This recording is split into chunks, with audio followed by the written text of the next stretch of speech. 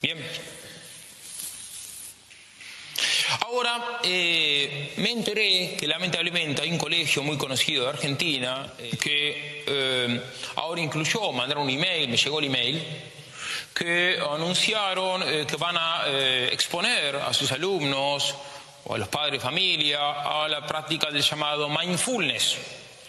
Vamos a decir alguna palabra sobre qué es esta práctica, qué es el mindfulness. Mindfulness es un término moderno, uno no lo va a encontrar en las fuentes tibetanas que hablan de mindfulness, es una palabra en inglés, mind significa mente, full, pleno, es como que uno está, la mente está plena, como está llena. Mindfulness es una palabra moderna, que fue inteligentemente creada como una estrategia de marketing. Mindfulness sirve. No está bien definido qué es exactamente el mindfulness. Hay distintas variantes de mindfulness, así como hay distintas variantes de yoga incluso. Pero esencialmente el mindfulness es una palabra que sirve para describir toda técnica de meditación budista. Es una técnica donde uno se concentra en una cosa, o se concentra en la nada, o se concentra, puede ser en la nada, tratar de llegar a pensar la nada, o de concentrarse en una cosa, por ejemplo, en la palabra mu. Concentro mu. Puedo estar 8 horas o más pensando en mu.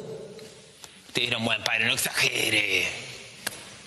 Miren, Antonio Blanco, mi amigo Antonio Blanco, él practicó el budismo zen y él, como era un muy buen alumno, como era muy serio en su práctica del budismo zen, entonces fue aceptado para hacer la meditación del mu, como un privilegio, un alumno destacado. ¿Y qué consistía la meditación del mu? En que el maestro le contó una historia, que la historia decía que el gran sensei, el gran maestro del budismo zen, una vez le preguntaron, ¿pero el perro puede alcanzar la iluminación? Porque el perro tiene también de algún modo la naturaleza del Buda. Y entonces el maestro le responde, mu, en chino, significa no. Entonces el ejercicio consistía en meditar en mu, estar horas, días, quizás años, meditando en mu. ¿Qué genera esto? Genera que, me lo dijo Antonio Blanco, a mí esto me dañó a la psiquis. Te hace mal, es algo así, me dijo así, es un término muy duro, yo era como un zombie. Porque después, durante la vida cotidiana, lo ideal es tratar, cuando estás trabajando, estás con tu familia, de seguir en canal mu, en la frecuencia mu. Te zombifica. Me decía, bueno, de todas maneras, la mayor parte de los alumnos no se lo tomaban tan en serio, no eran tan coherentes, entonces no eran admitidos a ese grado de meditación, entonces pueden tener una vida más normal. Pero mi maestro, que era serio, él era un zombie también, me decía.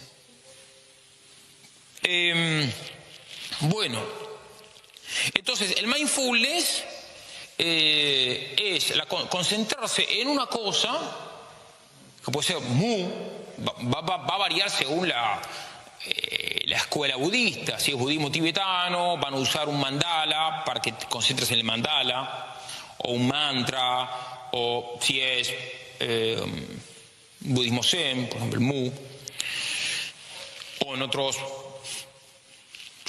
sentir tu respiración. Ahora, algo fundamental, además de esa concentración en esa cosa, es que el mindfulness exige no juzgar. No tenés que juzgar. Esto es fundamental. En inglés es non-judgmental, un modo que no juzgue. Hace muchos años que en Buenos Aires mucha gente católica dice, no hay que juzgar. Y se creen que Jesús nos mandó a no juzgar. Se repite.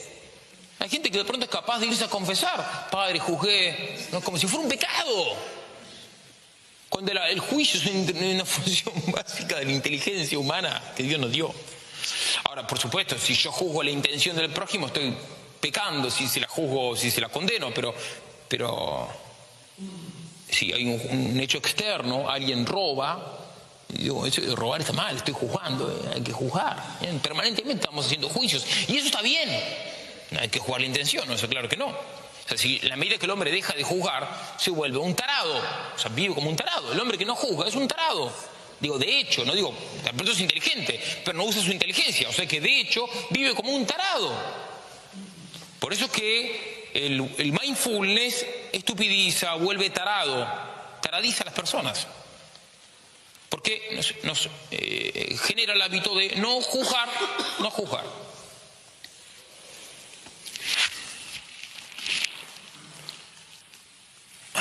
Una alumna de la Ateneo San Elías, se llama Verónica, ella me dio permiso también para contar su testimonio, tanto como Antonio. Ella vive en Ibiza y ahora, bueno, tuvo una conversión fulminante. Y ella me contó, bueno, ella estuvo mucho tiempo metida en estas cosas y llegó a un punto en que no podía distinguir lo que era real de lo que no era real, de lo que era una ilusión. Claro, de tanto no querer juzgar, tanta meditación de la nada, tanto creer que todo es vacío, llegó un momento que no podía distinguir lo real de lo irreal.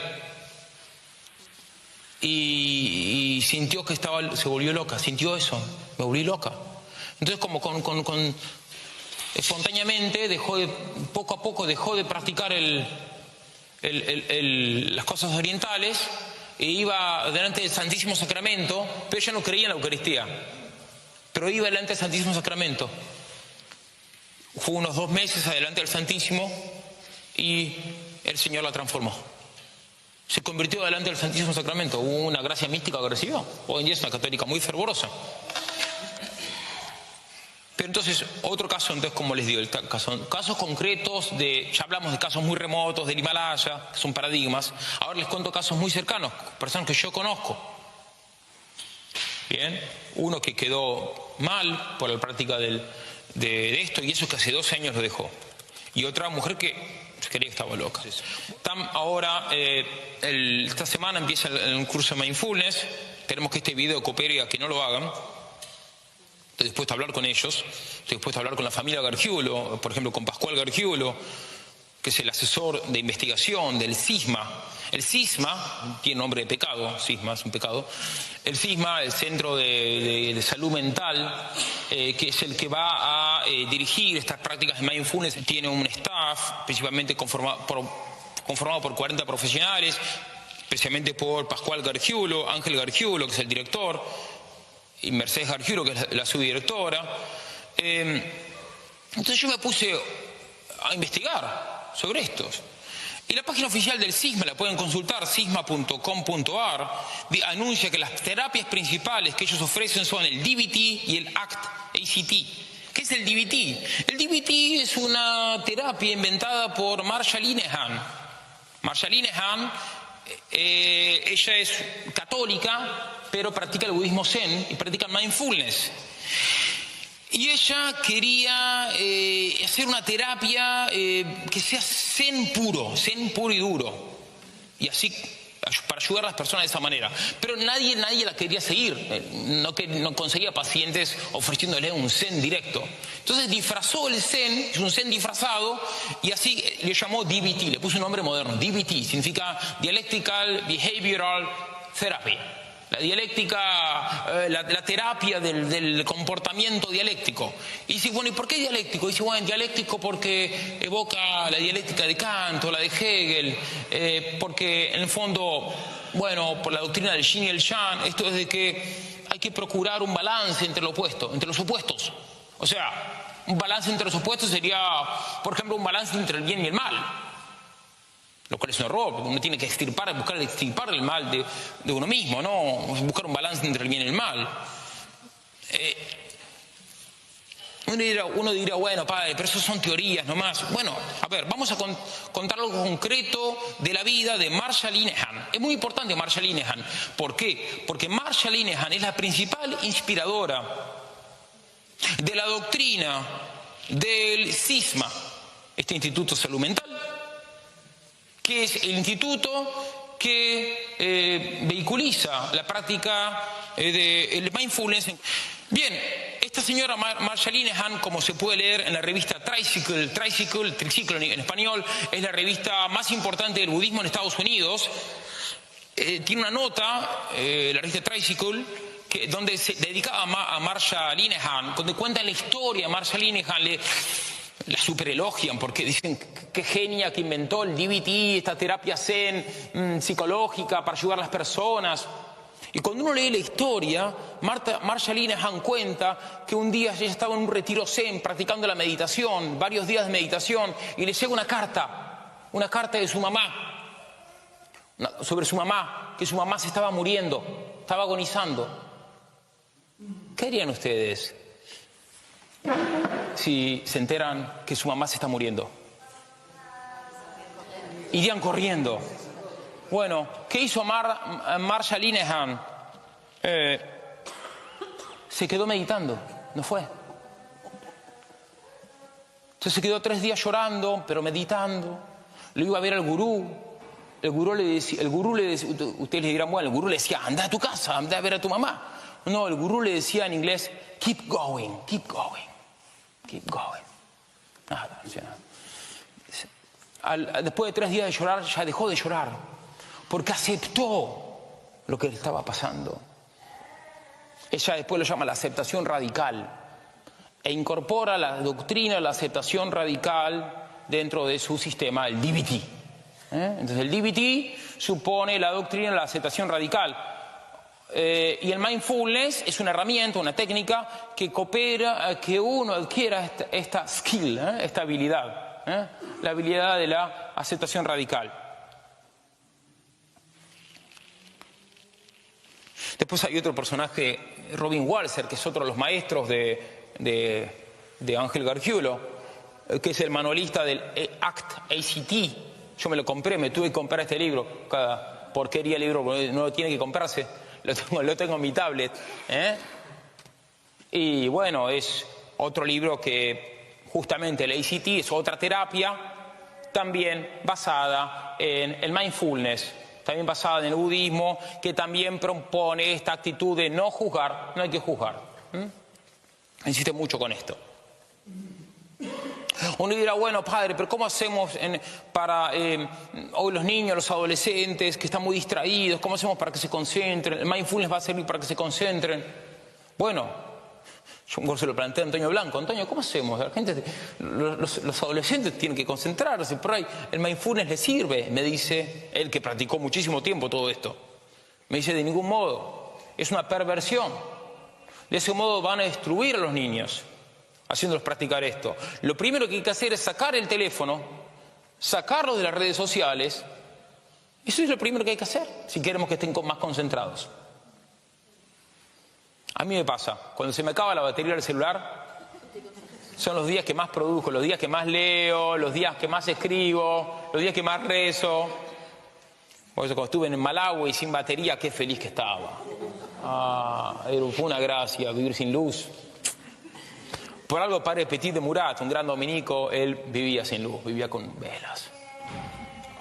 Bueno, hay un laico, Rubén Peretó Rivas, que fue muy generoso, le agradezco que él me mandó 2 de sus artículos donde él analiza el tema de mindfulness y lo compara, lo contrasta más bien con algunas prácticas de los santos, de los padres de la Iglesia. Entonces él muestra cómo hay tradiciones patrísticas, católicas, para procurar la concentración. Y hace un estudio erudito, por supuesto, ¿no? Entonces el católico no necesita pagar tributo a ningún orientalismo para procurar la concentración. Vayamos a los padres, vayamos los remito a los artículos de Peretó, y sería muy bueno algún grupo de laicos que quiera, promover estas prácticas patrísticas para procurar la concentración. Enhorabuena, están los artículos ahí disponibles de Rubén Peretó. Bueno, tendré que hacer algo de los mandalas. Tanto mandalas, yoga, como mindfulness Son los tres anzuelos que tiene el nuevo orden mundial y el budismo en general para atraparnos en sus redes. Estos son los tres principales anzuelos.